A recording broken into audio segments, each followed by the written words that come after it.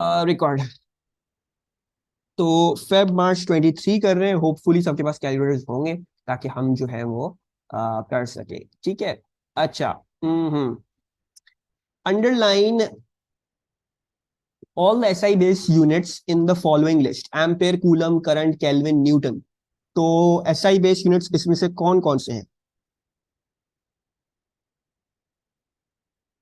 ठीक है, SI based units, units की बात कर रहे हैं। तो केल्विन ठीक है जी, बिल्कुल सही है।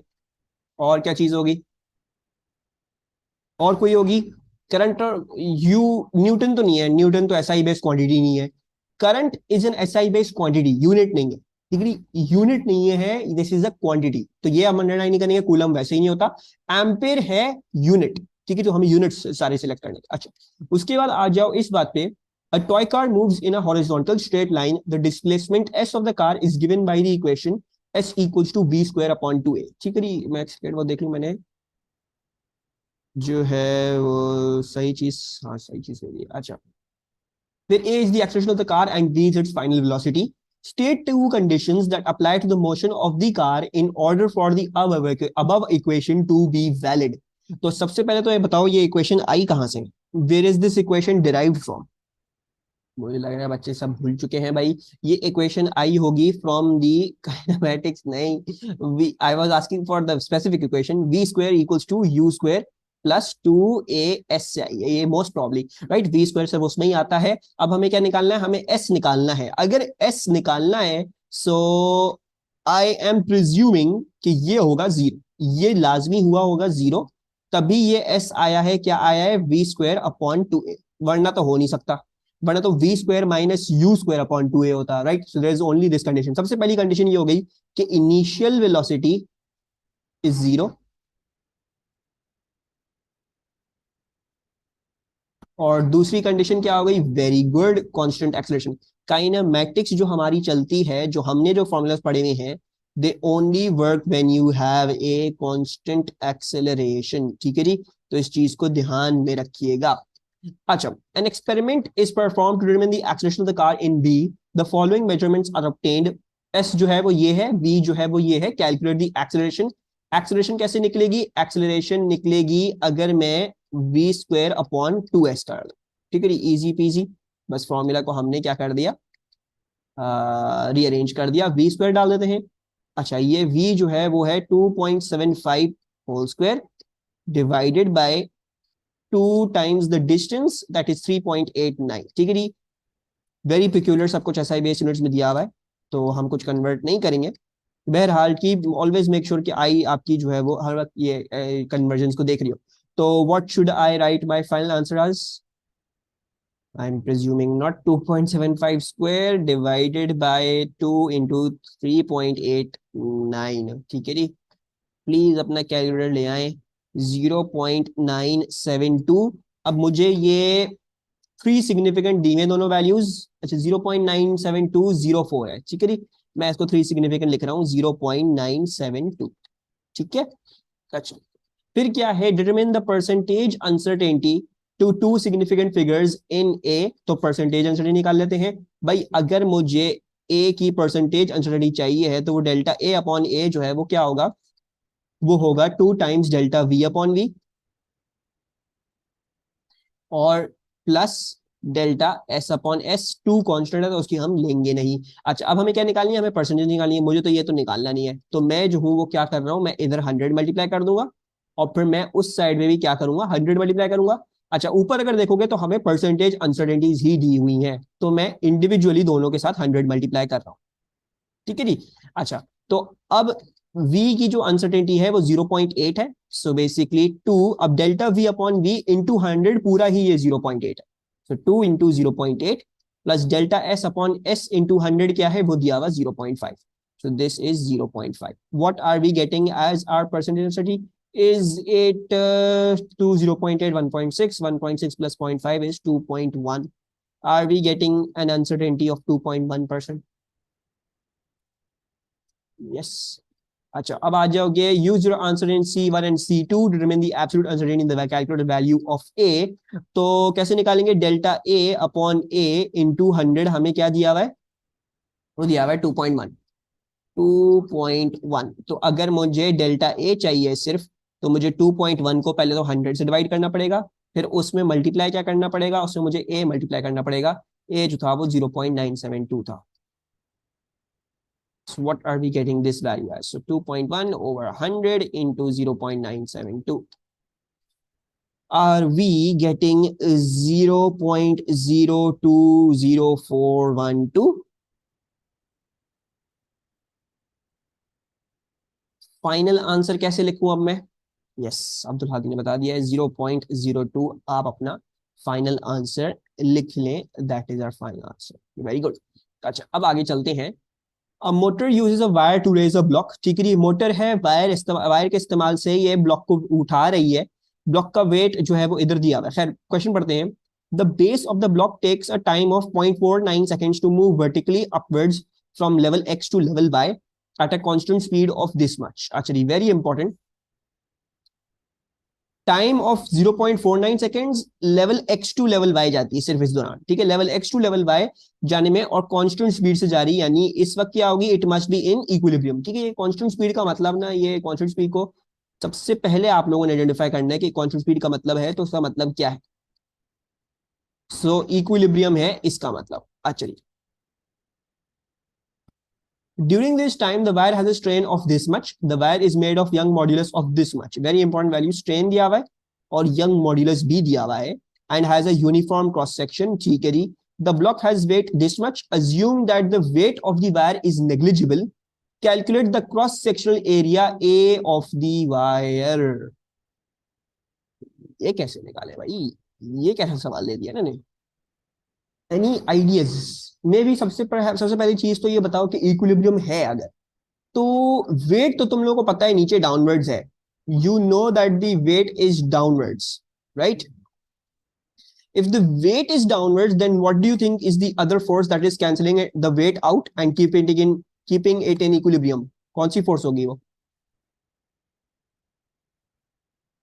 टेंशन। और टेंशन भी किसके बराबर होगी, क्योंकि अगर इक्विलिब्रियम है तो टेंशन भी हमारी क्या है, वो भी 1.4 इंटू 10⁴ न्यूटन के ही बराबर होगी, राइट? अच्छा, अब देखो, क्रॉस सेक्शन एरिया निकलता है स्ट्रेस के फॉर्मूला से, लेकिन स्ट्रेस की वैल्यू नहीं है और मेरे पास एरिया की वैल्यू नहीं है, तो दो तो चीजें अननोन, मैं उसमें सॉल्व नहीं कर सकता। यंग मॉडुलस दिया हुआ है, स्ट्रेन दिया हुआ है, फोर्स पता चल गई है। Let's perhaps work out through using this. So let's see. अब जो है, हाउ द यंग मॉडुलस वाला जो फॉर्मूला था वो क्या था, वो था स्ट्रेस अपॉन स्ट्रेन, राइट?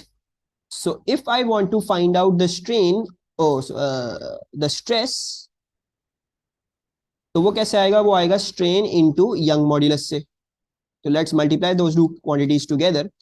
तो स्ट्रेन क्या है, that 0.012, sorry 0.0012, and young modulus of the material is 2.2 into 10 power 11, so 2.2 into 10 to the power 11. What are we getting as the value for stress? 2.64 into 10 to the power 9, 2.64 into 10 to the power 9। अब क्या कर लेते हैं, area निकालना है, तो stress का formula जो है, ओके, तो स्ट्रेस का फॉर्मूला जो है वो हमारे पास क्या है, that is force upon area. तो I believe area will equals to force. अच्छा, फोर्स क्या थी, ये थी 1.4 into 10⁴ divided by this which is 2.64 into 10⁹ so what are we getting as our final answer? सिर्फ 2 मार्क का क्वेश्चन है, I believe काफी अनफेयर इन्होंने वो किया है। खैर, कोई बात नहीं। सो एरिया का आंसर क्या आ रहा है, 5.3 इंटू 10⁻⁻6 आ रहा है, not -5। I have to check this then. कोई वैल्यू वाला तो 0.0012 इंटू 2.2 इन 11। 1 2 3 4 5 6 7 8, 8 है ये, this is not 9, this is not 9, this is 8। ठीक है, ये गलती हुई है, this is 8 and then you put this in, तो -5 आ जाएगा। ठीक है, सो क्या बोला है, 5.3 इंटू 10⁻⁻5। ठीक है, मैं दूंगा 1 2 3 4 5 6 7 8 8 है। ठीक है, 5.3 इंटू 10⁻⁻5। अच्छा, अब आ जाओ यहाँ पे, the increase in gravitational potential energy of the block for the movement of its base from X to Y. ठीक है जी, तो चेंज इन ग्रेविटेशनल पोटेंशियल किस फॉर्मूला से आता है? What was the formula for that? mgh, so mg delta h. Actually now what is the change in the height? Well, we don't know what's the change in the height, but we know कि time इतना लिया है और speed भी हमें बताई हुई थी। कांस्टेंट स्पीड ये है, टाइम ये है, तो I guess we can work out the distance इस स्पीड और टाइम से और फिर mg में डाल देंगे। अच्छा, mg इज द वेट, तो वो भी आ गया। ठीक है, पहले तो ये डेल्टा h निकालना पड़ेगा। तो डेल्टा h डिस्टेंस कैसे आएगा? अगर वेलोसिटी होता है डिस्टेंस अपॉन टाइम, तो डिस्टेंस क्या हो जाएगा? Velocity into time. ठीक है, तो वेलोसिटी इनटू टाइम 0.64 इंटू 0.49। ठीक है, तो 0.64 इंटू 0.49, एंड देन हम फाइनल फॉर्मूला में डाल देते हैं delta GPE will equals to mg जो था वो पूरा 1.4 इंटू 10⁻⁴ था, और h जो था वो था 0.64 इंटू 0.49। ठीक है, 4.4 इंटू 10⁻�3। Okay, that's good. यही answer. So 4.4 into 10⁻�3। I am presuming मुझे राउंड ऑफ करके ही दे रहे हो answers, so that's good. And I hope ये एग्जैक्ट आंसर नहीं था। अच्छा, अब आ जाओ इधर। The motor has an efficiency of 56%. Calculate the input power to the motor as the base of the block moves from x to y. कोई मसले की बात नहीं है भाई। एफिशिएंसी का फॉर्मूला क्या था? It was total, sorry, useful power output लिख लेते हैं, useful output power upon total power input. Total power input, और क्योंकि परसेंटेज एफिशिएंसी दी हुई है तो 100 से मल्टीप्लाई भी कर लेते हैं। अच्छा, useful output power, do we know that? I suppose we'd have to calculate that. तो यूजफुल काम क्या किया था हमने? इसको काम क्या करना था? हमने इसकी ग्रेविटेशनल पोटेंशियल एनर्जी इंक्रीज करनी थी, right? That was the useful काम। तो आई बिलीव ये है यूजफुल काम हमारा। इसको हमें पावर में कन्वर्ट करना है। हम टोटल एनर्जी इनपुट निकाल ले, टोटल पावर इनपुट निकाल लेंगे और 100 से मल्टीप्लाई कर लेते हैं। सो अच्छा, नाउ यूजफुल आउटपुट पावर कैसे आएगा? एमन ने बता दिया है भाई आपको। दो का तरीके आप कर सकते हो। ठीक है, दो तरीके क्या है? What do you know? सबसे पहले तो बात आपको पता होगी है पावर क्या होता है, that is the energy upon time. ठीक है जी, तो एक तरीका तो ये, चलो मैं अगले पेज पे कर लेता हूं। एक तरीका तो ये था कि आप क्या करते हैं, अगर आपको ये पावर निकालनी है तो पावर का फॉर्मूला दो है। एक तो है एनर्जी अपॉन टाइम, राइट? ये सॉरी, एनर्जी अपॉन टाइम से ज्यादा बेहतर वैसे मुझे ये लगता है dw/dt। और यू कैड हैव सेड के पावर जो है वो force into velocity, given the force is constant. तो एमएन ने ये वाली अप्रोच बाजी कर दी हमें, ये वाली कर दे तो हम इस वाली से भी कर लेते, दूसरी वाली से भी कर लेते हैं। फोर्स क्या है? कांस्टेंट फोर्स जो है वो ये है, this is the driving force जो मोटर लगा रही है। ठीक है, तो 1.4 into the constant speed, this shall B 1.4 into 10⁻⁴ into 0.64, ये हो जाएगी पावर। या फिर dw/dt से भी करते तो चेंज एनर्जी आया ये कितने टाइम में? 0.49 सेकेंड्स में। तो you could have also done this कि 4.4 इंटू 10⁻³ आया है 0.49 सेकेंड्स में। कैन एनीवन कंफर्म दोनों से सेम आंसर आ रहे? सो 4.4 डिवाइडेड बाय 0.49, 8979, और 1.4 into 0.64, वही आ रहा है। we're getting way off answers, है ना? 1.4 to 0.64, 8960 आ रहा है। we are getting 8960, 4.43 divided by 0.49, इससे आ रहा है 8979। तो मैं जरा चेक करूं ये 20 का फर्क किस खुशी में आ रहा है भाई। दोनों अप्रोचेस वैलिड हैं। आई बिलीव इन्होंने इनमें से एक वैल्यू है बहुत राउंडेड ऑफ दी है, इनकी खुद की मिस्टेक है। इन्होंने 0.49 सेकेंड्स या 0.64 की बहुत राउंडिंग ऑफ करी है। उसमें तो खैर बहरहाल हमारे पास you can do either way, ठीक है। अभी अभी बराबर नहीं आ रहे हैं, कोई मसले की बात नहीं है, मार्क्स स्कीम में दोनों ही लिखे हुए, you can do either way, ठीक है जी। बहरहाल which ever way you do, इससे मेरे पास आती है 8979, लेट्स से 8980, ठीक है जी, ये आ रही है। और दूसरे वाले से क्या आती है, दूसरे वाले से आती है मेरे पास 8960, ठीक है। आई होप आप लोगों को भी मिल गई होगी ये, ठीक है। बहरहाल हम एमन वाली अप्रोच कर लेते, क्योंकि एमन ने आंसर दिया था इसका, तो आई जस्ट पुट इन 8960, ठीक है। बहरहाल किसी से भी कर लो, उन्होंने जो क्वेश्चन में कोई एक वैल्यू बहुत राउंडेड ऑफ दी है, टाइम की या तो स्पीड की, तो उनमें से दोनों किसी वैल्यू में इन्होंने खुद ही बहुत राउंडिंग ऑफ करी है, उसकी वजह से प्रॉब्लम आ रही है। टोटल पावर इनपुट क्या था वो हमें निकालना है, सो मैं पावर इनपुट लिख रहा हूँ और इनटू 100 कर रहा हूँ, और उधर जो है वो मैं क्या कर रहा हूँ, मैं उधर जो है वो 56 कर रहा हूँ। So let's work this out. So 56 divide by 100 and then 8960 divided by answer. Are you getting a power input of 16,000 watts? Right? ठीक है, सबको समझ में आ रहा है? तो we shall go with this. हमने कितने चल रहे थे, हम दो सिग्निफिकेंट चल रहे थे ना, तो इसको भी दो से नहीं देते हैं, लेट्स जस्ट से 16,000।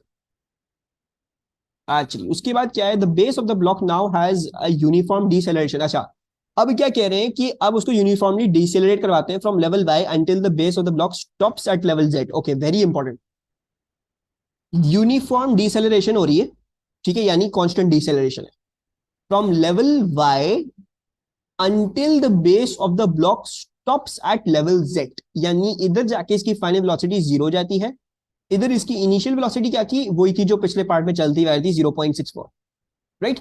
और ये हमारी एक्सेलरेशन है, दिस इज डिसेलरेशन ऑफ 1.3, ठीक है। क्या बोल रहे हैं, calculate the tension in the wire as the base of the block moves from Y to Z. अच्छा, वेरी इंपॉर्टेंट। अब सही है। अच्छा, ये यूनिफॉर्म डिसेलेरेशन क्यों आ रही होगी, because there is some imbalance of the forces, ठीक है। सबसे पहली बात तो ये आती है कि कोई ना कोई अब इम्बैलेंस हो रहा है, यानी टेंशन रिड्यूस कर गई है, राइट। ऑब्वियसली अगर डिसेलरेट कर रहा है तो उसका मतलब वेट बढ़ गया होगा, वेट तो वैसे तो बढ़ा नहीं होगा, तो टेंशन खुद ही कम हुई होगी, right. So if we do this कि net force will equals to, अच्छा नेट फोर्स हम कह लेते हैं, let's say net force is upwards is positive, ठीक है जी। तो अपवर्ड्स क्या आएगा, अपवर्ड्स ये आएगा कि tension minus the weight, that is our net force, ठीक है। अच्छा, नेट फोर्स कैसे आएगी, एक्सेलरेशन का मैग्नीट्यूड दिया हुआ है, ठीक है, वो दिया हुआ है कि ये डीसेलरेशन है, यानी ऑपोजिट टू आर कन्वेंशन होगा, -1.3 होगा, ठीक है। तो मास इंटू -1.3, टेंशन हमें निकालनी है, वेट हमें पहले से दिया हुआ था, दैट वाज 1.4 इंटू 10 पावर 4, ठीक है जी। अच्छा, एक काम करते हैं, मास भी निकाल लेते हैं। मास कैसे निकलेगा भाई, weight equals to mg, weight हमें दिया हुआ था 1.4 इंटू 10 पावर 4, मास मुझे नहीं पता था, 9.81 से डिवाइड करके हम मास निकाल लेंगे, ठीक है। तो मैं इधर मास इधर लिख रहा हूं 1.4 इंटू 10 पावर 4 अपॉन 9.81 इंटू -1.3, और ये उस साइड पे जाके प्लस हो जाएगा, सो 1.4 into 10 power 4, what are we getting as our tension,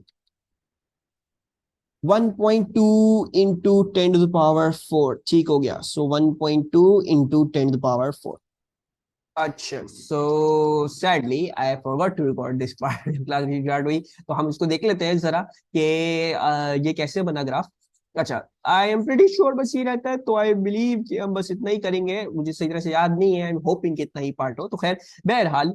अच्छा, वो बोल रहे हैं T X T Y T Z का ग्राफ बना के दिखा दो कैसे बन रहा है। अच्छा, सबसे पहले तो इस बात को रिकॉल करो कि जो डिस्प्लेसमेंट टाइम का ग्रेडियंट था ना, डिस्प्लेसमेंट टाइम का gradient, that was your velocity, ठीक है जी। मतलब जैसी हमारी वेलोसिटी है वैसा ही हमारा ग्रेडियंट होना चाहिए है, ठीक है जी। तो इसमें तो एक्स टू वाई की बात कर लो, तो if we are talking about X to Y, तो एक्स टू वाई ये बात है कि जो हमारी वेलोसिटी थी that was constant, that was 0.64, so that means कि मेरा ग्रेडियंट भी क्या आएगा फिर इस ग्राफ का, that will also be a constant, ठीक है जी। अच्छा, so that means we will just show a gradient that is constant. Obviously start पे जीरो था डिस्टेंस, एक्स पे तो एक्स अगर मेजर कर रहे हैं डिस्टेंस तो एक्स पे तो जीरो होगा distance, and then it will increase increase increase to some value over here. ठीक है, let's say somewhere over here increase कर दिया, सॉरी टी वाई जो है वो ये रहा, माय बैड, टी वाई ये रहा। So it's going to increase to some value, let's say somewhere over here, it has increase to somewhere over here. ठीक है। अच्छा, उसके बाद क्या हो रहा है, उसके बाद y टू z की बात करते हैं अगर। तो y टू z क्या हो रहा है, y to z we need to understand कि there is a deceleration, the velocity is decreasing from 0.64 to a value of 0। यानी हो क्या रहा है, योर वेलोसिटी इज डिक्रीजिंग, और कहां तक डिक्रीज कर रही है, इज डिक्रीजिंग टू अ 0। तो बड़ा इंपॉर्टेंट है ये दिखाना कि डिक्रीज होके ये 0 हो गई। उसका मतलब क्या हुआ, ग्रेडियंट भी डिक्रीज करेगा, और कहां तक डिक्रीज करेगा, जब तक 0 नहीं जाता। तो basically the gradient will decrease decrease decrease, and ये इस तरह से कर्व बनेगा, and then you shall be having a gradient of 0 at the very end। ठीक है जी। तो वो भी देख लेते हैं कुछ इस तरीके से, I am going to show it, ठीक है, ताकि एंड में ये वाज़ेह हो जाए कि ग्रेडियंट भी 0 हो रहा है। Let me just draw this one more time, इस तरीके से। आई बिलीव थोड़ा सा और, I think I can refine this. मैं ये दोबारा दोबारा बनाता रहूंगा, कभी क्लियर नहीं होगा ये। आई believe this is good, I believe this is good. तो यू कैन क्लियरली सी कि यहाँ पे आपकी ग्रेडियंट्स जो है वो डिक्रीज कर रहे हैं, दीज आर डिक्रीजिंग। ठीक है, डिक्रीज करते जा रहे हैं, करते जा रहे हैं, करते जा रहे हैं, एंड देन इवेंचुअली क्या हो रहा है, इवेंचुअली हो रहा है कि आपके पास ग्रेडियंट 0 हो जाता है। ठीक है, सो this is how I will be drawing this velocity time graph. ठीक है, आई बिलीव सर रिकॉर्डिंग वापस रिज्यूम कर दी थी मैंने, तो हमें बस यही पार्ट डिस्कस करना था। On to back to the paper जो हम सॉल्व कर रहे थे सारा। ठीक है, नहीं याद, यूनिफॉर्म का मतलब ये था कि वेट जो एक्ट करेगा वो ज्योमेट्रिक सेंटर से एक्ट करेगा। ठीक है, the weight will act from the geometric centre, yes. अच्छा, उसके बाद क्या बोला हुआ है कि अटैच बाय हिंज। हिंज का मैंने क्या बताया था, हिंज पे पता नहीं तो फोर्सेस तो अक्सर एक्सट्रीम मोमेंट्स के अंदर गुजार देंगे सवाल को। ठीक है, मोस्ट ऑफ इसमें ये होगा, मोमेंट्स में लेके जाएंगे सवाल को। ठीक है, तो हिंज लगी हुई है, कुछ ऐसी कहानी हो रही है। लेट्स सी क्या बोल रहा है, the beam has length 0.50 meters and weight W। A block of weight 12 Newton rests on the beam at a distance of 0.15 from end B। ये नजर आ रहा है, सब नजर आ रहा है। The beam is held horizontal and in equilibrium, very important, by a string attached between end B and fixed point C। The string has tension of 17 Newton that and is at an angle of 50 degree to the horizontal। State two conditions for an object to be in equilibrium। तो क्या दो conditions थी to keep an object in equilibrium? Net force is 0 and net moment is 0। Very good, so net force must be 0 or net moment must be 0। तो फिर क्या है, फिर हमारे पास ये है, show that the vertical component of the string of the tension string is 30 Newton. दिखा देते हैं, हमारे को में कोई प्रॉब्लम नहीं है। सो वर्टिकल कंपोनेंट कैसे दूंगा, 17 sin 50। Very good, so this shall B 17 sin 50, और वो वाला होगा 17 cos 50। ठीक है, so can anyone confirm 17 sin 50 is coming out to be 13?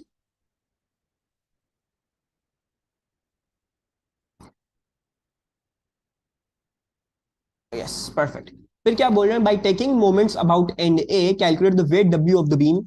And A यानी हिंज जहां पे है वहीं पे moments low.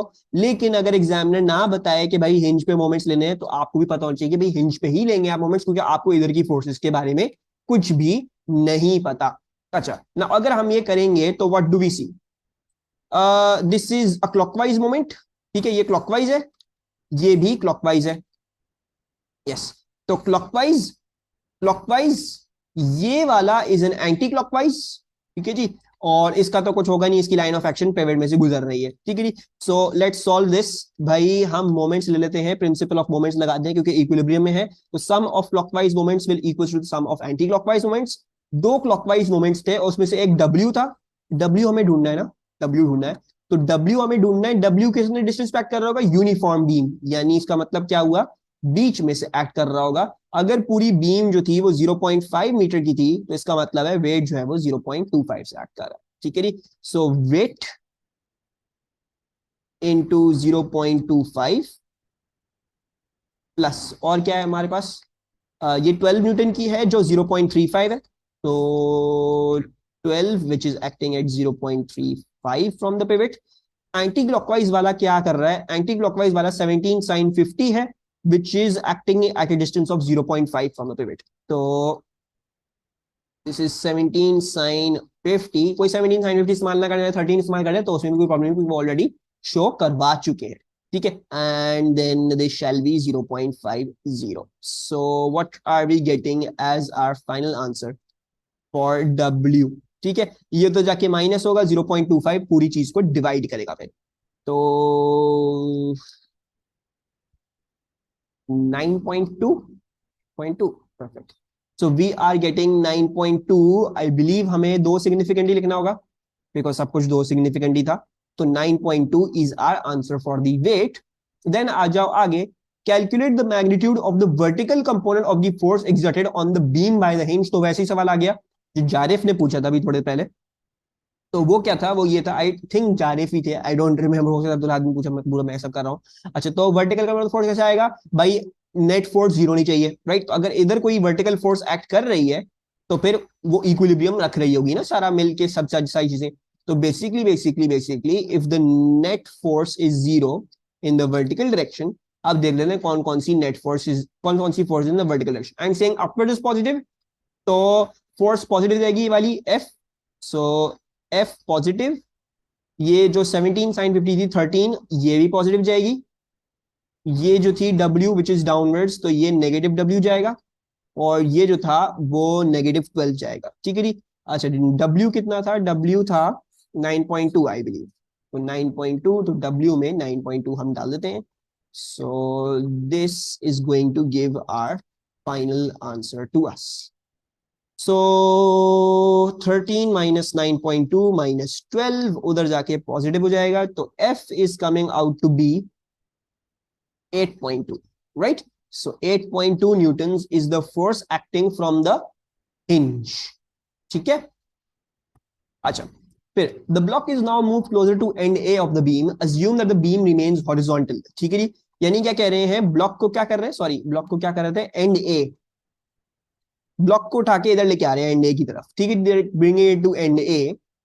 State whether this will increase, decrease, or have no effect on the horizontal component of the force exerted on the beam by the hinge. Very important question. तो block को and ए के करीब लेके जा रहे हैं। ठीक है, they're asking, they're telling you कि ब्लॉक को हम एंड ए के करीब लेके जा रहे हैं। कैन यू टेल अस कि इस हॉरिजॉन्टल कंपोनेंट को कोई फर्क पड़ेगा या नहीं पड़ेगा? Will there be some effect or will there be no effect on this horizontal component? अच्छा, so the answer to this will be कि जो हमारा जो हॉरिजॉन्टल कंपोनेंट है वो डिक्रीज करेगा। ठीक है, वो क्यों डिक्रीज करेगा उसको हम डिस्कस कर लेते हैं। भाई देखो, ये वाला क्या है, this is a clockwise moment, है ना? अब अगर मैं इसका मोमेंट आर्म कम कर दूं, मतलब मैं इसके ए के करीब ले गया तो 0.35 से इसका मोमेंट आर्म कम हो गया, लेट्स से 0.10 हो गया। ठीक है, वॉट एवर इज हैपनिंग, इसका मोमेंट आर्म कम हो रहा है। ठीक है, यानी clockwise moments as a whole are decreasing, है ना? अगर मैं इसको टाके इधर लेके जा रहा हूं तो क्लॉकवाइज मोमेंट्स पे डिक्रीज कर रहे हैं, तो फिर क्या करना पड़ेगा, इक्विलिब्रियम अभी रखना है ना। तो इसका मतलब है ये जो एंटी क्लॉकवाइज वाला मोमेंट था ये भी डिक्रीज करना पड़ेगा। ये डिक्रीज कैसे करेगा, देखो इसका तो डिस्टेंस चेंज नहीं कर सकता क्योंकि यहीं से एक्ट करेगा। तो फिर इसकी क्या चीज चेंज होगी, इसकी फोर्स चेंज करेगी। फोर्स कौन चेंज करेगी, टेंशन चेंज करेगी। तो टेंशन 17 से गिर के क्या हो जाएगी, something like 15, 13, 12, 11, something around that. तो उस केस में अगर मैं अब उस फोर्स का कॉस्ट 50 लूंगा तो वो भी डिक्रीज आएगा। ठीक है, let's put the wordings down over here. इधर कर लेते हैं भाई, अगर आप जो है जो ये वाली फोर्स की 12 का मोमेंट आर्म, ठीक है, सो 12 न्यूटन मोमेंट आर्म हम डिक्रीज कर रहे हैं, we are decreasing that. If we are decreasing that तो इंटर्न उसकी वजह से क्या हो रहा है, उसकी वजह से ये हो रहा है कि क्लॉकवाइज मोमेंट्स आपके डिक्रीज कर रहे हैं। अगर वो डिक्रीज कर रहे हैं तो उसका मतलब क्या पड़ेगा, उसका मतलब ये पड़ेगा कि भाई अगर आपको इक्विलिब्रियम रखना है तो आपको एंटी क्लॉकवाइज मोमेंट्स भी डिक्रीज करने पड़ेंगे। जब ये डिक्रीज करेंगे तो क्या होगा, तो ये होगा कि आपकी टेंशन डिक्रीज करेगी, और फिर टेंशन का हॉरिजॉन्टल कंपोनेंट भी ऑटोमेटिकली डिक्रीज करेगा क्योंकि वो उसका कॉस्ट 50, अब वो मैंने कम कर दिया तो वो भी कम कर हो जाएगा। So we will say that it decreases. Any problems with this part? Two blocks slide towards each other along a frictionless horizontal surface as shown in figure 4.1. The blocks collide and then move as shown in figure 4.2. तो ये before collision ये आ रहे हैं moment सी दिए में 0.37 इसका moment 0.65 इसका moment right KG metre पर सेकेंड तो ये मोमेंट दिया हुआ है सॉरी मोमेंट दिया हुआ है मोमेंट बोल रहा हूँ मोमेंटम दिया हुआ है ठीक है और ये हो दिया हुआ है इसका फिर उसके बाद उसका और मोमेंटम बाद में कभी दिया हुआ है block Y also moves to left after the collision block Y का भी बता दिया कोलिजन के बाद लेफ्ट की तरफ जा रहा है Block X has an initial kinetic energy of 0.30 joules. Calculate the mass of block X. How do we work out the mass of block X? Any way we can do that?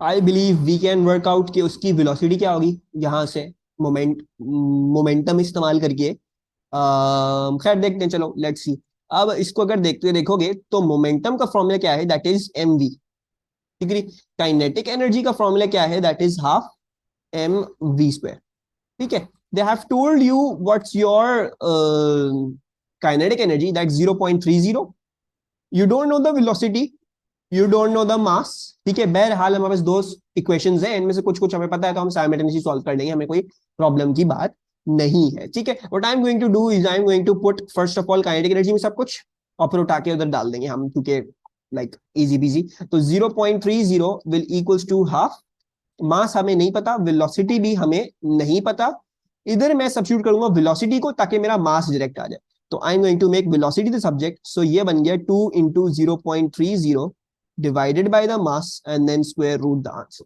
ठीक है ये आ गई हमारी velocity which seems like this might cause some problems नहीं हो जाएगा ठीक है अच्छा मोमेंटम क्या था मोमेंटम एक्स की बात हो रही थी एक्स की इनिशियल मोमेंटम की बात हो रही थी तो 0.37 लेंगे एक्स का इनिशियल मोमेंटम तो दिस शैल बी 0.37 एम हमको नहीं पता वी हमको पता चल गया that is 2 sorry it is root of 2 into 0.30 upon m ठीक है सबसे पहले तो काम करते हैं ये रूट को हटाने की कोशिश करते हैं दोनों साइड्स को पहले तो स्क्वायर कर लो So if we do that, so what do we get? We get 0.37 square will equals to m square into 0.60 upon m. And then m or ye square cancel. And then you can send that to divide over there. So 0.37 square divided by 0.60. So we are getting the mass as 0.2281667 ठीक है जी answer कैसे लिखूं what should I write my answer as 0.23 ठीक है जी so this is going to be 0.23 because we had two significant ठीक है एमन आपको क्वेश्चन क्लियर है अब्दुल हादी आपको क्वेश्चन क्लियर है कैसे किया मैंने ये ठीक है अगर कोई प्रॉब्लम हो तो डू लेट मी नो कि मैं I'm hoping कि ये सब कुछ आ रहा होगा it's not much of a big deal determine the magnitude of the momentum of block y after the collision तो I believe conservation momentum निकाल लेते हैं let's do that so this initial momentum must be equal to the final momentum अब सिर्फ मसला ये है कि आपको मोमेंटम ही दिए हुए ठीक है जी तो इनिशियल मोमेंटम क्या था अगेन कन्वेंशन तो बनानी है इनिशियल मोमेंटम में से x का मोमेंटम था 0.37 पॉजिटिव डायरेक्शन में था ठीक है जी y का उल्टे डायरेक्शन में था यानी माइनस में तो माइनस में 0.65 जाएगा फाइनल मोमेंटम क्या था फाइनल मोमेंटम में से एक का हमें पता है 0.13 अगेन माइनस डायरेक्शन में है तो माइनस 0.13 और हमें इसका नहीं पता किसका इसका y का ठीक है मैं प्लस में लिख रहा हूं माइनस होगा जैसा भी होगा ने बताया माइनस आना चाहिए क्योंकि लेफ्ट की तरफ बोल रहे हैं तो खुद ही आ जाएगा हमें कोई टेंशन की बात So this is the final momentum of y. Let's calculate. So 0.37 minus 0.65 plus 0.13. So the final momentum of y works out to be a negative 0.15. तो जैसे उन्होंने बोलता है लेफ्ट की तरफ है खुद ही आ गया लेफ्ट की तरफ है और मोमेंटम का मैग्नीट्यूड क्या है दैट इज 0.15 ठीक है अच्छा let me also just check ठीक हो गया आगे चलते हैं block x exerts an average force of this much on block y during the collision calculate the time that the blocks are in contact with each other, which formula do you think will use? Force दी हुई है, time निकालने को बोला हुआ है, कोई formula जो दिमाग में आ रहा है? एनी फॉर्मूला जिसमें फोर्स भी आती है और उसमें टाइम भी आता है, कोई फॉर्मूला में याद है? Change in momentum over time, जो फोर्स का डेफिनेशनल फॉर्मूला है, force is the rate of change of momentum. ठीक है जी। अच्छा, अगर फोर्स जो है वो rate of change of momentum है, तो आई बिलीव अगर हमें टाइम चाहिए है तो we just need to divide by the change in momentum by the force. ठीक है। अच्छा, अब प्रॉब्लम की बात क्या है कि चेंज इन मोमेंटम निकालना है। ठीक है जी। तो change in momentum, let's work out the change in momentum on x. ठीक है जी, 0.37 माइनस 0.13 कर लेते हैं, काफी आसान है। ठीक है, तो ये चेंज मोमेंटम कैसे निकाला था? Use to work out through final momentum minus initial momentum. ठीक है, इधर मुझे पता है काफी बच्चों को प्रॉब्लम होगी, क्योंकि जब भी पहले सवाल आया तो एक ही बॉडी हुआ करती थी, तो यू आर प्रीटी सर्टेन कि यार कौन सा किसका मोमेंटम फाइनल लेना है, कौन सा किसका मोमेंटम इनिशियल लेना है। ठीक है जी। इस बात को थोड़ा सा रिकॉल कर लो। 7.7 न्यूटन बोल रहे हैं एक्स लगाता है वाई पे, वो बोल रहे हैं एक्स जो है वो वाई पे लगाता है जब ये दोनों कांटेक्ट में होंगे ना। लेट्स ड्रॉ वो फ्रेम भी। तो जब ये दोनों कांटेक्ट में होंगे, ये एक्स जो है ये रहा और वाई जो है वो ये रहा। ठीक है जी। तो ये दोनों जब कांटेक्ट में थे, एक्स और वाई, तो एक्स जो था वो वाई पे, राइट, यही बोला हुआ है ना? क्या बोला हुआ है? एक्स वाई पे 7.7 न्यूटन लगा रहा था, इस तरीके से। ठीक है जी। तो लाजमी क्या होगा? लाजमी ये हुआ होगा कि ब्लॉक वाई ने भी एक्स पे वापस उस तरीके से लगाए होंगे वो फोर्स। क्यों? बिकॉज न्यूटन थर्ड लॉ कहता है भाई जो तुम मेरे पर लगाओगे मैं तुम्हारे पर वापस से उतनी ही जोर से और उस बस ऑपोजिट डायरेक्शन में लगा दूंगा। तो ये हो रहा है। तो एक्स पे भी 7.7 की ही फोर्स एक्ट कर रही है। ठीक है जी। अच्छा, अब जो ये चेंज मोमेंटम लेना है, this 7.7 is also acting on y, this 7.7 is also acting on x। ठीक है, but you can solve it for anyone, you can solve it for anyone। आप चाहे ये बोलो यार मैं चेंज मोमेंट निकाल देता हूँ y का और उसकी फोर्स इस्तेमाल कर लेता हूँ, तब भी टाइम आ जाएगा। आप चाहे बोलो यार मैं चेंज मोमेंट निकाल देता हूँ x का और उसकी फोर्स को इस्तेमाल करके कर देता हूँ, तो वो भी आ जाएगा। ठीक है जी। तो सब आ जाएगा, कोई टेंशन की बात नहीं है। तो फाइनल मोमेंटम किसका लेंगे? In my case what I am going to do is I am going to change, I am going to calculate the change momentum of X. ठीक है, कन्वेंशन के बगैर नहीं करेंगे। 0.37 इनिशियल मोमेंटम है, ये इनिशियल वाला है एक्स का, ये फाइनल वाला है एक्स का। ठीक है जी। तो एक्स का final is 0.13 opposite to convention, तो this is minus 0.13 minus initial momentum क्या था? That is 0.37। So that is 0.37 divided by what's the sorry, divided by the force that is 7.7। so this should be giving us our time। तो हमारा time क्या आ रहा है? अब इसको देखोगे तो ये टाइम आएगा नेगेटिव में आएगा। ठीक है, लेकिन I explain the significance to you, ये नेगेटिव में क्यों आया इसको भी हम देख लेते हैं। ठीक है, I believe you shall be getting the time as, अगर मैं उसका मैग्नीट्यूड निकालूं सिर्फ, तो it should be somewhere 0.065 correct to two significant figures. ठीक है, तो मैं ये इधर लिख रहा हूं। एनी आइडियाज ये टाइम नेगेटिव क्यों आ रहा है? टाइम तो कभी नेगेटिव आ ही नहीं सकता, स्केलर क्वांटिटी नहीं। तो टाइम नेगेटिव का मतलब क्या हुआ? What, we don't have any meaning for the time as negative. तो मे बी परहैप्स मैंने कोई कैलकुलेशन में एरर किया है, डू यू थिंक? ठीक है, vectors never fails you, vectors is never going to fail you.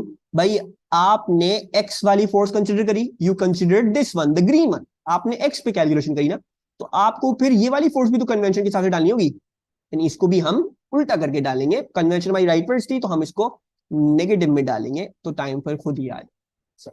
ठीक है, अगर आप वाई पे करते हैं तो सब कुछ पॉजिटिव में ही आता, मतलब कुछ भी ऐसा नहीं होता कि चेंज मोमेंटम भी पॉजिटिव होता, आपकी फोर्स भी पॉजिटिव होती, बिकॉज आपकी कन्वेंशन वैसे बनेगी। अगर मैं वाई के लिए करता तो मैं वाई के लिए क्या करता? मैं वाई के लिए करता this is the final momentum, this is the initial momentum. तो final momentum 0.15 which is towards the left, तो negative 0.15 minus negative sorry negative 0.15। ठीक है, ये दिस इज 0.15। मैं क्या करता, अगर मुझे y का करना होता तो मैं y का इस तरह से लिखता कि दिस इज नेगेटिव 0.15, फिर फॉर्मूला का पार्ट है माइनस, और फिर ये नेगेटिव 0.65 दोबारा से जाता, तो ये खुद ही आपके पास पॉजिटिव में आता आंसर। और आपको पता है आपने फोर्स भी जो 7.7 बोली थी वो राइटवर्ड्स बोली थी, वो भी पॉजिटिव में, तो ये नीचे भी फोर्स पॉजिटिव में जाती। तो आपके पास टाइम ऑटोमेटिकली फिर 0.065 ही आता, जैसे तैसे भी कर लेते। ठीक है, any problems with this part? Are we clear with this part? अच्छा, अब आ जाओ जल्दी से इस पे। A microphone and cathode ray oscilloscope are used to analyze a sound wave of frequency 5000 Hz. The trace that is displayed on the screen of the CRO is shown in figure 5.1. ये trace है जो screen of CRO पे नजर आ रहा है हमें। Determine the time based setting in seconds पर centimetre of the CRO, निकाल लेते, कोई मसले की बात नहीं है। उन्होंने क्या बोला, पहले फ्रीक्वेंसी बताई हुई 5000 हर्ट्ज, ठीक है जी। तो मतलब क्या हुआ, यानी एक टाइम पीरियड जो यहां से यहां है, दैट शैल बी 1/5000, राइट। जरा ये देख लेते हैं एक टाइम पीरियड आ कितना रहा है। This is 5 boxes, then 5 boxes, then 5 boxes, then 5 boxes. I believe this is 20 boxes. This is 1 centimetre, 2 centimetre, 3 centimetre, 4 centimetre, यानी 4 सेंटीमीटर या 20 बॉक्सेस है, ठीक है जी। I do it in boxes वाला हिसाब। तो मैं कह रहा हूँ भाई 20 बॉक्सेस जो है ना आपके, वो है टाइम पीरियड के बराबर। टाइम पीरियड कितना आ रहा है? टाइम पीरियड आ रहा है 1/5000, ठीक है जी। वो है आपके टाइम पीरियड के बराबर जो आ रहा है 1/5000, ठीक है जी। अच्छा, और आपके पास क्या है? आपके पास अब हमें निकालना है टाइम बेस सेटिंग। तो टाइम बेस सेटिंग क्या है? 1 सेंटीमीटर की, जो 5 बॉक्सेस पे। तो बेसिकली हम निकालना चाह रहे हैं कि 5 बॉक्सेस हमें क्या सेकेंड की वैल्यू दे रहे हैं, वो हमें निकालना है। So let's say that is some time T. Let's work that out, ठीक है जी। मैं इधर से भी इसको हटा रहा हूँ क्योंकि वरना कंफ्यूज हो गए। टी इंटू 1/5000 नहीं करना, यही टी की वैल्यू। सही है जी। So let's use unitary method. ये इधर जाके मल्टीप्लाई, वो इधर जाके मल्टीप्लाई। तो मेरे पास टी आ जाएगा 5/5000 into 20. What are we getting as our answer? 5/5000 into 20. I am getting 5 into 10 to the power minus 5. Final answer कैसे लिखा जाए? No answers. I just write this, क्योंकि मुझे फ्रीक्वेंसी 5000 दी हुई नहीं, वन सिग्निफिकेंट दी हुई है। तो I just give this as one significant. I just write the 5 into 10 minus 5 है, ठीक है। आई होप समझ में आ रहा हो, कोई कंफ्यूजन ना हो। 5.0 भी दे सकते हैं, एमन 5.0 भी दे सकते हैं, 5 into 5 भी सही है, ठीक है। Give both of them. Although मैं सजेस्ट करूंगा 5 into 5 बिकॉज ये 5000 दी हुई है। अगर इसको थोड़ा सा दे देते, वरना यू ऑल्सो कह कि 1.0 दिया हुआ है, तो हो सकता है उस लिहाज से भी कर सकते हो। तो you can also done that, कोई मसले की बात नहीं। अच्छा, the intensity of sound detected by the microphone is now increase. अच्छा, ये ऊपर अलग ही है। From its initial value to of I to a new value of 3i, यानी आई से उठा के उसको 3i कर दिया, उसकी इंटेंसिटी को। The frequency of the sound is unchange. Frequency हमने कुछ नहीं किया। assume that the amplitude of the trace on the CRO screen is proportional to the amplitude of the sound wave. Sketch the new trace of the CRO. मतलब I से हमने 3i कर दिया है, तो बोल रहे हैं अब ट्रेस बना दो। कैसा देखिएगा? फ्रीक्वेंसी सेम है, तो मतलब फ्रीक्वेंसी वैसी ही रखनी है, बस एम्पलीट्यूड में फर्क आएगा। How do I work out के नया एम्पलीट्यूड क्या आएगा? Any formula did we use to use? कोई फॉर्मूला जो हमें याद आता है? यस। सो हम इस्तेमाल करेंगे कि I1/A1 square will equals to I2/A2 square, ठीक है। I1 क्या है? I1 I है। A1 क्या था? A1 देख लेते हैं A1 क्या था। I believe A1 was actually 5 boxes, है ना? 5 बॉक्सेस था। तो I am going to do it again in boxes वाला हिसाब ही। मैं कह रहा हूँ 5 स्क्वायर, ठीक है। ये बॉक्सेस कह रहा हूँ, सेंटीमीटर्स नहीं कह रहा, ठीक है। मैं बॉक्सेस में ही कर रहा हूँ। देन I2 क्या है? I2 हमने कर दिया 3i, और हम निकालना चाह रहे हैं एम्पलीट्यूड 2 स्क्वायर क्या आ रहा है। सो इंटेंसिटी इंटेंसिटी उड़ा दो, और amplitude 2 square is coming out to be 3 into 25, and then eventually both sides का अंडर रूट लेंगे। तो amplitude 2 is working out to be the square root of 50। What's the square root of 50? That is 7.07 boxes. Are we getting that? I am getting 7.07 boxes. सबके पास ही आ रहा है? Yes. So I believe हम जो है, अगर ये 5 बॉक्सेस थे, तो 7 बॉक्सेस ये, और मेरे हिसाब से बस 7 का ही दिखाते हैं, कुछ 7.07 तो दिखाना तो मुश्किल ही है। तो 7 बॉक्सेस ही दिखा देते हैं, वही काफी हो जाएगा। तो 7 बॉक्स ये आ रहा है, इधर से 7 बॉक्स ये आ रहा है, इधर से 7 बॉक्स ये आ रहा है, और ये जो मीन डिस्प्लेसमेंट वाले पॉइंट्स हैं वो तो सेम ही रहेंगे क्योंकि फ्रीक्वेंसी सेम है। तो I believe the graph is going to be something. सही है जी, ये हो गया हमारा। ये I am going to remove this क्योंकि ये इंटरफेयर कर रही है उसके साथ। मैं इसको रेड से बना देता हूँ ताकि ये हमें कोई प्रॉब्लम की बात ना हो। ठीक है, यहां से यहां ये आ रहा था मेरे पास 20 बॉक्सेस। ठीक है, रुके जरा मैं आंसर भी चेक कर लूं। 7 बॉक्सेस दिखाने थे। Remark scheme says amplitude of 1.7 centimetre.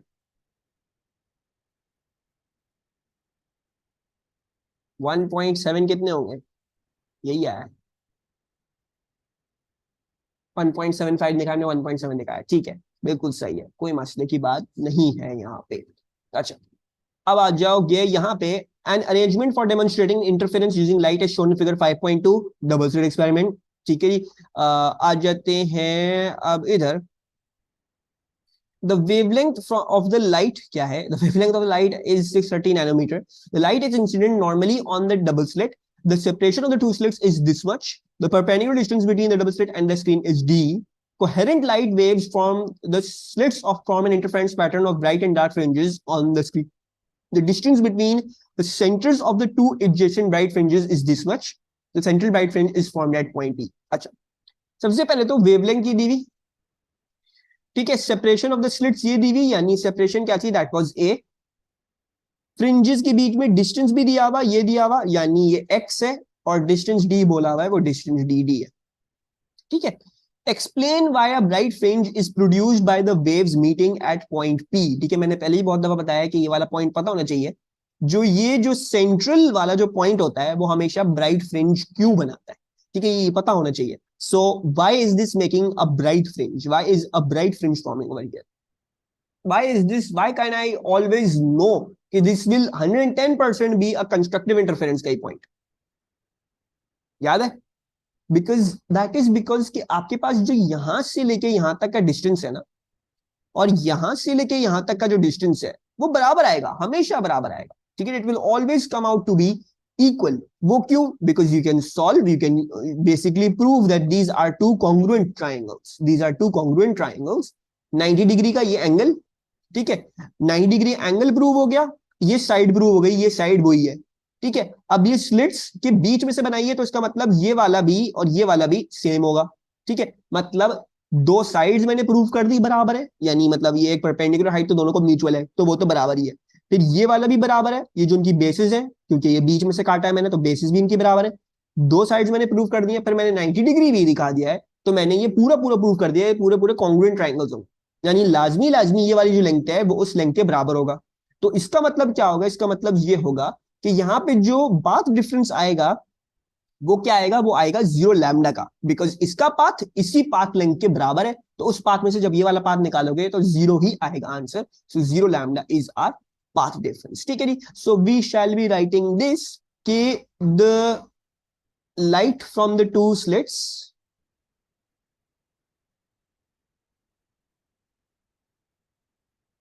travel the same distance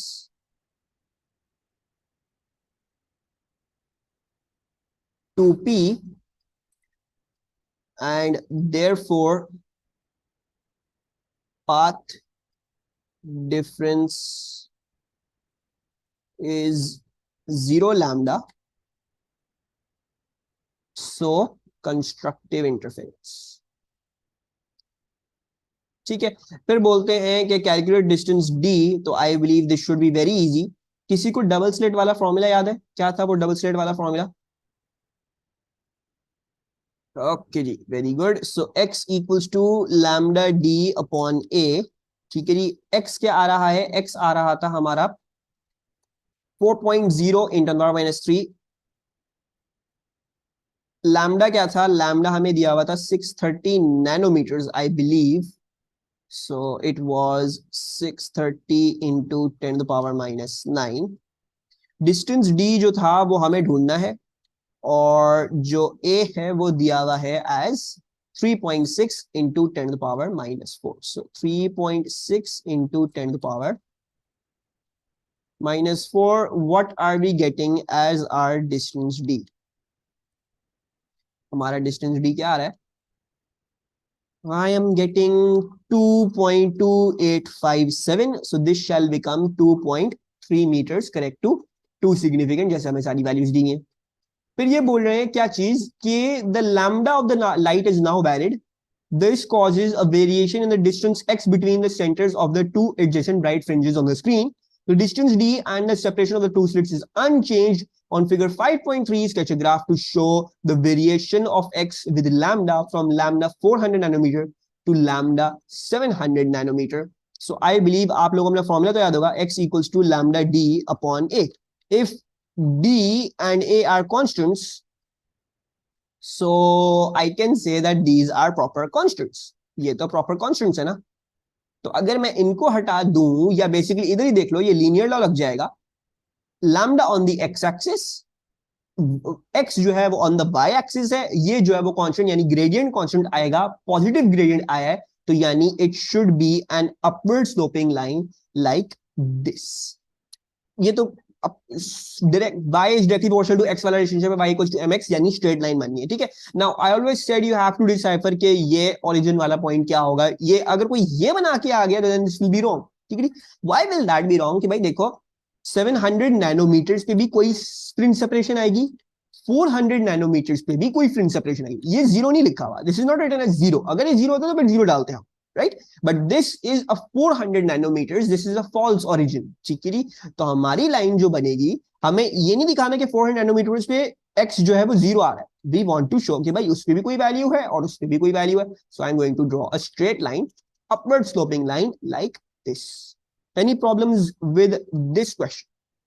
तो पोटेंशियल डिफरेंस क्या था? It is the work done per unit charge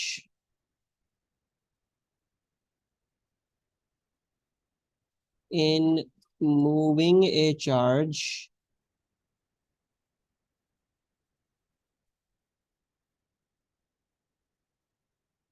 per work done per unit charge in converting electrical energy. वाली सही है. Electrical energy to other forms of energy. To other forms of energy. ठीक है. मुझे लग रहा है हम फिजिक्स पूरे तरीके से भूल चुके हैं. अच्छा, the variation the potential difference V of the current I in a semiconductor diode is shown in figure 6.1. ठीक है. ये वोल्टेज है, ये करंट है. सेमीकंडक्टर डायोड का ग्राफ ऐसा ही होता है, हमें याद है. किसी ना किसी वोल्टेज के बाद ये कंडक्ट करना शुरू करता है. ठीक है. Use figure 6.1. ये सवाल रिपीटेड लग रहा है. पहला वाला पार्ट तो एटलीस्ट काफी रिपीटेड लग रहा है. Use figure 6.1 to describe qualitatively the resistance of the diode in the range V equals to 0 to V equals to 0.25. अच्छा, अगर हम v इक्वल्स टू 0 से लेके v इक्वल्स टू 0.25 की बात करें, 0.5 अगर इधर है तो 0.25 यहाँ पे. ठीक है. This must be 0.25.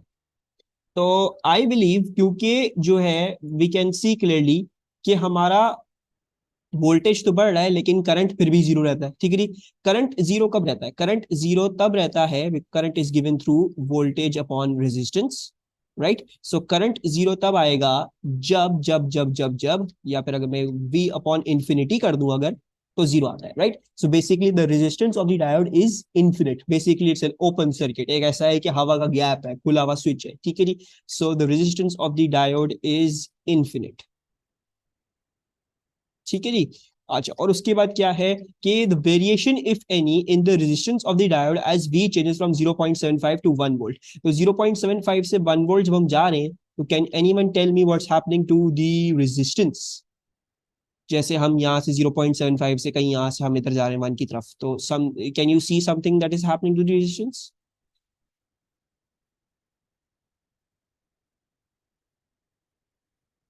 decreases. and why does it decrease? ये तो सही है बिल्कुल बात, decrease तो सही है. so it does decrease. And इसके लिए what you can do, because resistance क्या होता है? It's a ratio. ठीक है जी. It's a ratio. तो what you could have done, you could have just say यार मैं एक वैल्यू कैलकुलेट कर लेता हूँ. ठीक है. But the problem is we don't see any values over here. तो फिर भी बहरहाल हम वैल्यू अज्यूम कर सकते हैं, हमारी कोई टेंशन की बात हमें नहीं है. Let's say that this is सिर्फ अज्यूमिंग. ठीक है ना. मैं सिर्फ अज्यूम कर रहा हूँ, वैल्यूज ये लिखी हुई नहीं है यहाँ पे. मैं सिर्फ for the sake of the calculation समझाने की कोशिश कर रहा हूँ एक चीज, ठीक है। तो let's say this is 5 Ampere's, this is 2.5 Ampere's, ठीक है, उसका आधा ही आया है बिल्कुल। And 1 volt divide by 5 gives me 0.2 ohms and 0.75, ठीक है जी, जो इधर है 0.75 divided by 2.5, what are we getting? Let's see, 0.75 divided by 2.5, we are getting 0.3 ohms, ठीक है जी। तो बेसिकली यहाँ पे रेजिस्टेंस ज्यादा आ रही है, ठीक है, फिर आगे जाके वो कम हो रही है, ठीक है। और सेमीकंडक्टर डायोड ऐसा ही होता है, वो उसकी रेजिस्टेंस जो है वो डिक्रीज करती है। जब एक दफा कंडक्टिंग आ जाता है तो it's resistance decreases as larger and larger voltages are applied on it, ठीक है जी। बाकी इसको भी ध्यान में रखेंगे, एक और तरीका क्या था कि क्योंकि ये ग्राफ करंट की तरफ बेंड कर रहा है, right, it started from over here, अगर तो ये ऐसी होता तो फिर यूं ही चला जाता ना, it should have just gone like this, like a straight line, like this, straight line निकल जानी चाहिए, लेकिन ये स्ट्रेट लाइन तरह नहीं निकला। This has bended toward the current वाली, ये करंट की तरफ बेंड कर रहा है। तो करंट की तरफ बेंड क्यों करेगा? जब रेजिस्टेंस डिक्रीज करी तो करंट इंक्रीज कर रहा होगा, तो इसीलिए करंट की तरफ बेंड कर रहा है। So therefore the resistance is decreasing. चलिए उसके बाद आ जाओ इस पे, आई believe this is a potentiometer का सवाल। A battery of electromotive force EMF 12 volts and negligible internal resistance is connected to a uniform resistance wire XY, a fixed resistor and a variable resistor as shown in figure 6.2, ठीक है। 12 volt का battery है, 2.7 Ampere's में से जा रहे हैं, ये हमारी रेजिस्टेंस वायर है। उसके साथ हमने नीचे क्या लगाया हुआ है, एक 5 ओम का रेजिस्टर है और एक वेरिएबल रेजिस्टर है, ठीक है जी। अच्छा, the fixed resistor has a resistance of 5 ohms, the current in the battery is 2.7 amperes and the current in the fixed resistor is 1.5 amperes. Calculate the current in the resistance wire. How do I work out इस resistance wire में कितना current जा रहा है इधर इस wire में? मुझे पूरा यकीन है बच्चे जो है वो फिजिक्स भूल चुके हैं। Once great class has forgotten everything. जी कौन बताएगा? 2.7 माइनस 1.5, वेरी गुड। तो किरचॉफ्स करंट लॉ कि जो करंट्स जा रहे हैं इनटू द डायरेक्शन वही करंट्स बाहर आने चाहिए। तो 2.7 अगर इधर इधर जा रहा था तो 1.5 अगर इधर आया तो 2.7 माइनस 1.5 इधर आएंगे। सो बेसिकली 2.7 माइनस 1.5, मैं इधर सिर्फ 1.2 लिख रहा हूँ जो इसका आंसर है, नीचे कर देते हैं इसको, ठीक है जी। तो basically 2.7 minus 1.5 that is 1.2 amperes, 1.2 amperes यार्ड, ठीक है। Determine the resistance of the variable resistor, okay.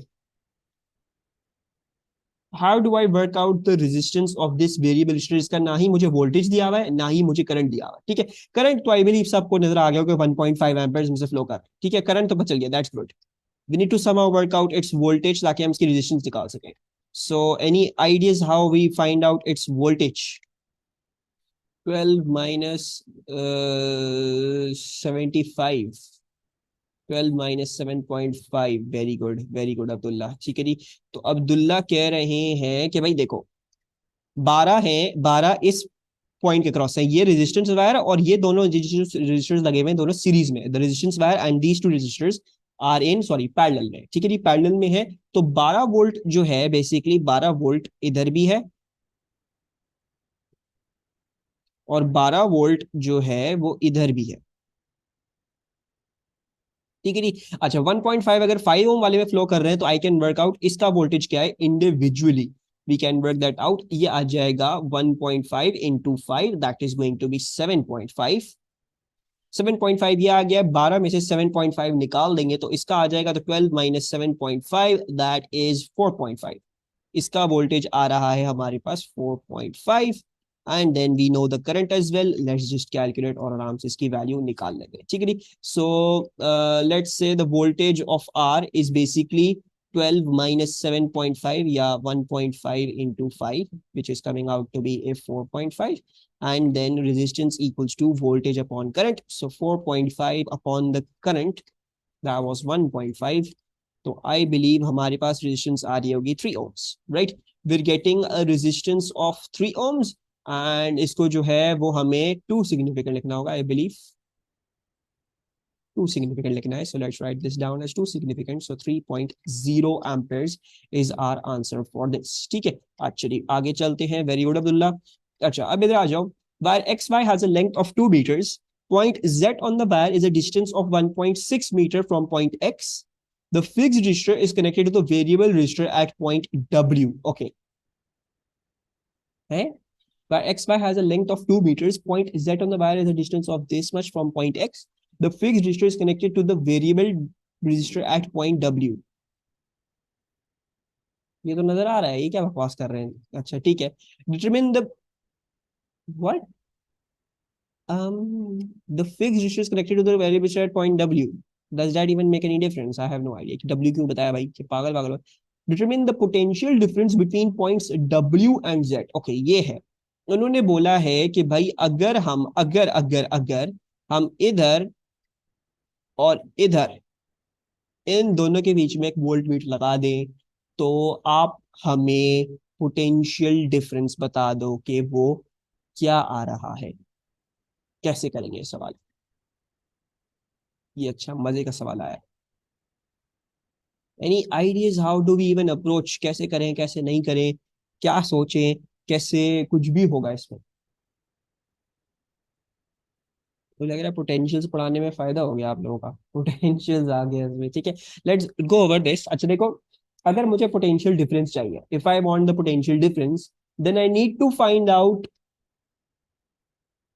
कि यहाँ पे पोटेंशियल क्या है और यहाँ पे पोटेंशियल क्या है, दोनों का डिफरेंस लेना पड़ेगा। ठीक है, will work out what's the potential over here, what's the potential over here, दोनों का डिफरेंस लेके वी शैल वर्क आउट कि यहाँ पे वोल्टेज क्या आ रहा है। ठीक है, अच्छा now sadly enough they haven't followed there thing, कि यहाँ पे ग्राउंड का सिंबल भी देते ताकि एक बात वाजे क्लियर होती कि वो 0 वोल्ट है। ठीक है, खैर बहरहाल उन्होंने नहीं किया है ये, फिर भी हमारा क्वेश्चन हो जाएगा, हमें टेंशन की जरूरत नहीं है। अच्छा देखो, 12 volt is across the whole length of 2 meters।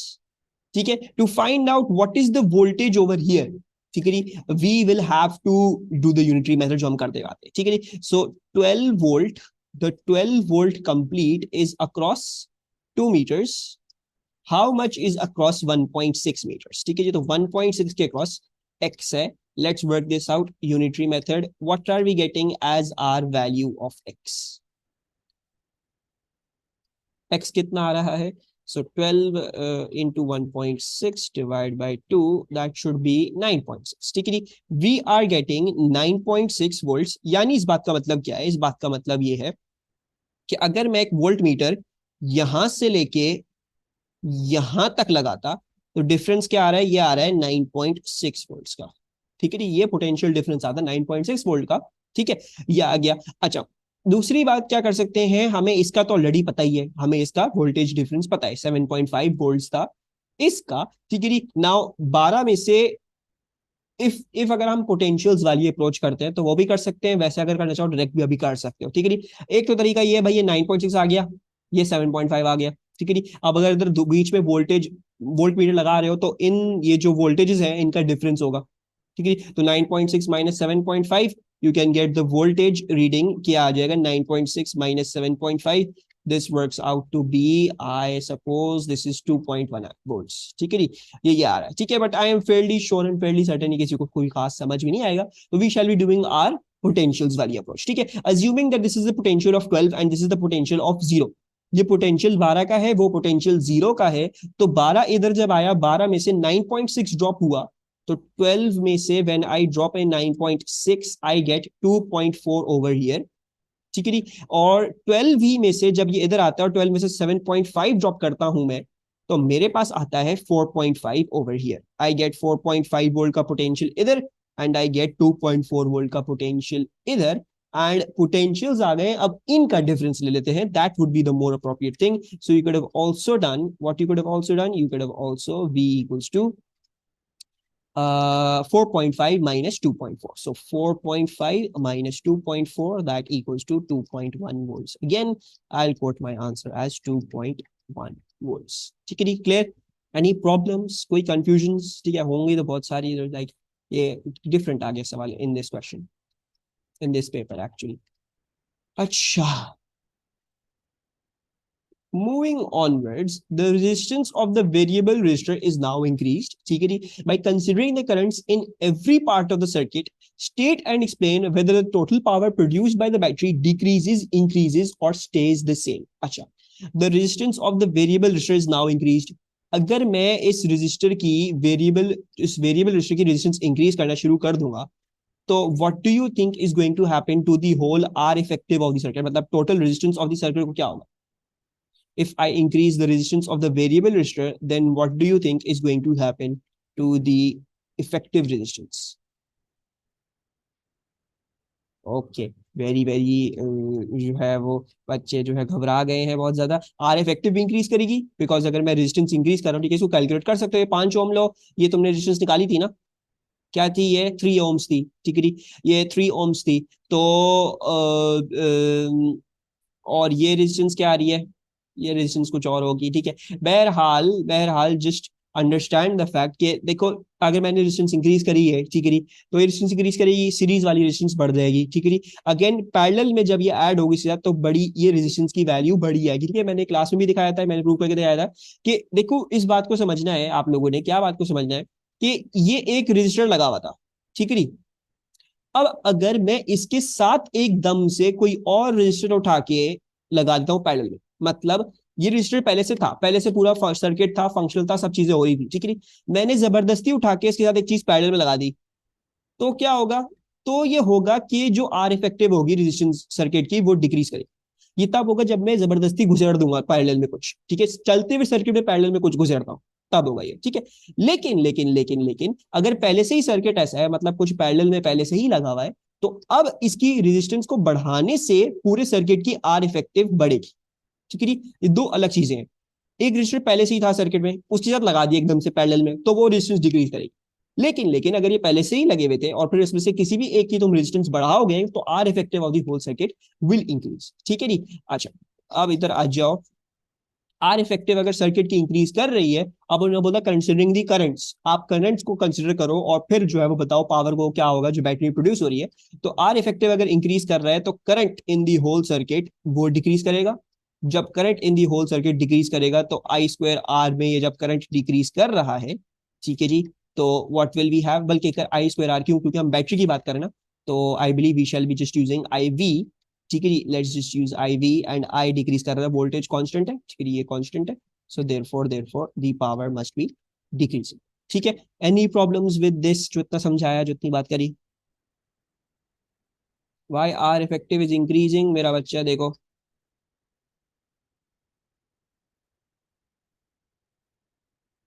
2 2, ठीक है। ये इसकी आर इफेक्टिव निकालो, क्या आ रही है? आई बिलीव 1 ओम आएगी, ठीक है जी। 1/2 प्लस 1/2 होल इनवर्स कर दो, 1 ओम आएगी, ठीक है, आएगी। आई होप वो आ रही हो। अच्छा, अब मैं इसमें से उठा के ये 2 कर दूं, और ये जो है 3 कर दूं, तो अब इसकी बताओ आर इफेक्टिव क्या आ रही है? पैरेलल में है दोनों।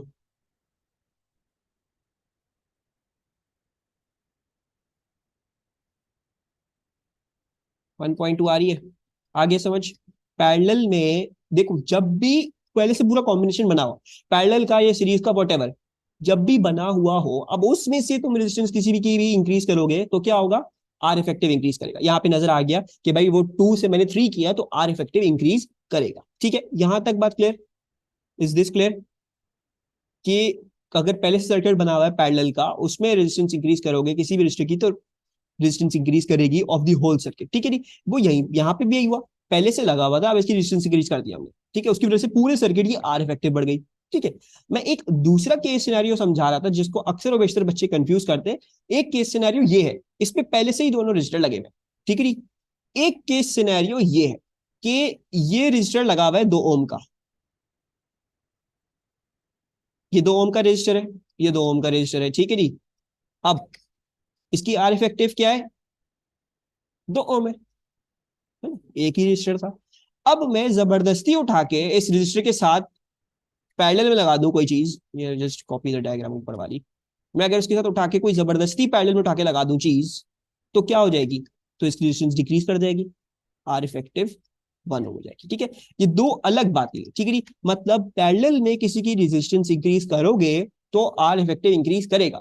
लेकिन कोई चीज जबरदस्ती उठा के बीच सर्किट में उठा के दोबारा से पैरेलल में लगा दोगे, मतलब चलते हुए सर्किट में कोई भी चीज मैं पैरेलल इंट्रोड्यूस कर देता हूं, तो वो रेजिस्टेंस जो है वो डिक्रीज कर जाती है, ठीक है जी।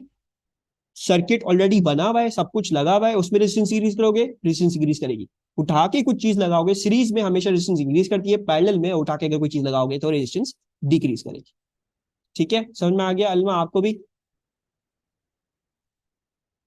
ओके जी, आ जाओ अब इधर। अब इधर इसको लिख लेते हैं।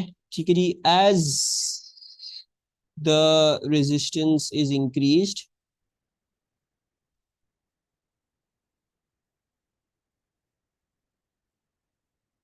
the effective resistance of the circuit increases.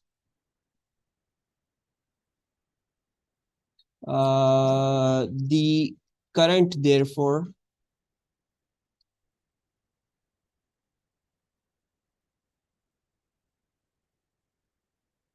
in the whole circuit decreases.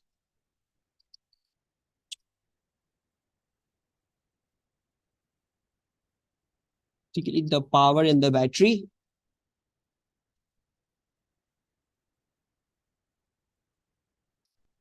given by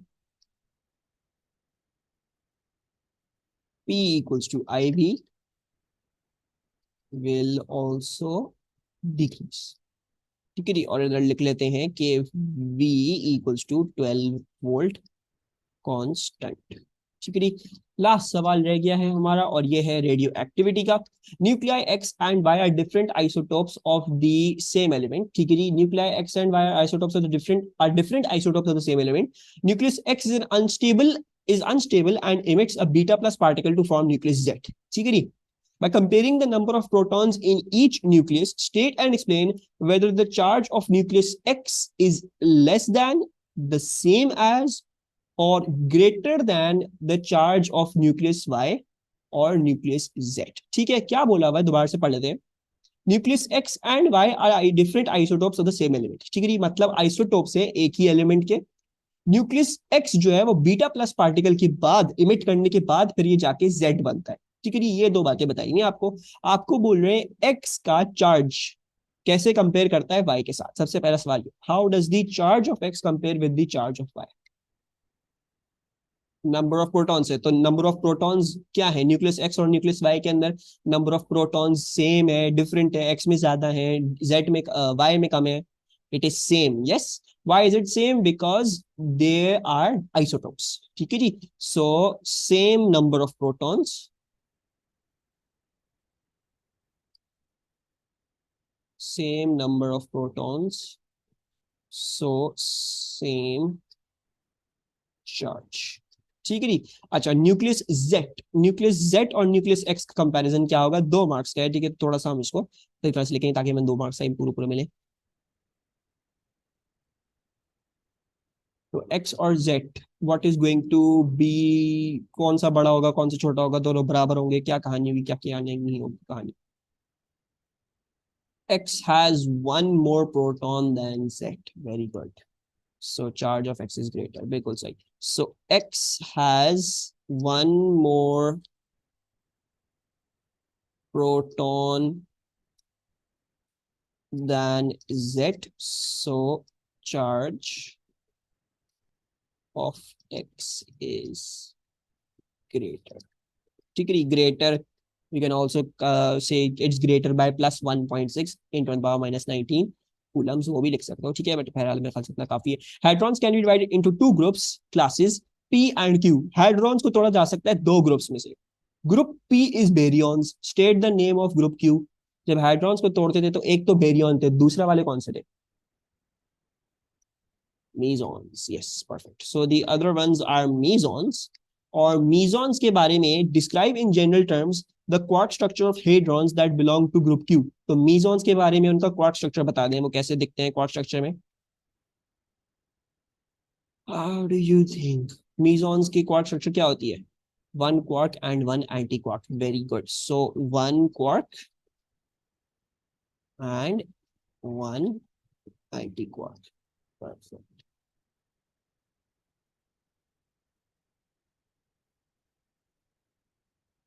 perfect, ठीक है। ये हो गया आपका मार्च 23 क्वेश्चन पेपर 22 कंप्लीट। ठीक है।